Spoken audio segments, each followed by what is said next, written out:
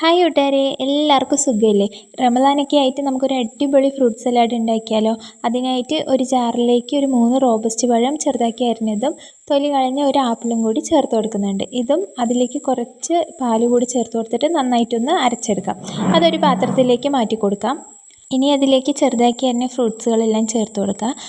തണ്ണിമത്തനും കറുത്ത മുന്തിരി, കുരുവില്ലാത്ത കറുത്ത മുന്തിരിയും, ആപ്പിളും, മാങ്ങയും, പപ്പായയും, ഒരു നേന്ത്രപ്പഴവും 2 പൂവൻപഴവും ചെറുതാക്കി അരിഞ്ഞത് ചേർത്ത് കൊടുക്കുക.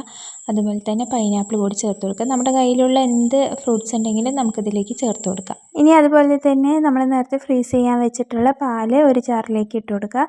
അത് ഒന്ന് ജസ്റ്റ് അടിച്ചെടുക്കുക. എന്നിട്ട് നമ്മൾ നേരത്തെ തയ്യാറാക്കി വെച്ചിട്ടുള്ള ഫ്രൂട്ട്സ് മിക്സിലേക്ക് ചേർത്ത് കൊടുക്കുക. ഇനി അതിലേക്ക് ഇടാനായിട്ട് കുറച്ച് കടലപ്പരിപ്പയും ബദാമും കാഷ്നട്ടും ഒന്ന് ക്രഷ് ചെയ്തെടുക്കാം. മിക്സ് ചെയ്ത ഫ്രൂട്ട്സിലേക്ക് 2 പാക്കറ്റ് ബൂസ്റ്റ് പൊടിയും നമ്മൾ ക്രഷ് ചെയ്ത നട്ട്സും കൂടി ചേർത്ത് കൊടുക്കാം. ഇനി അതിലേക്ക് ഒരു 2 സ്പൂൺ പഞ്ചസാര കൂടി ചേർത്ത് കൊടുക്കുക. പഞ്ചസാര അല്ല, മിൽക്ക് മെയ്ഡ് ഉണ്ടെങ്കിൽ മിൽക്ക് മെയ്ഡ് ചേർത്ത് കൊടുത്താലും മതിയാവും.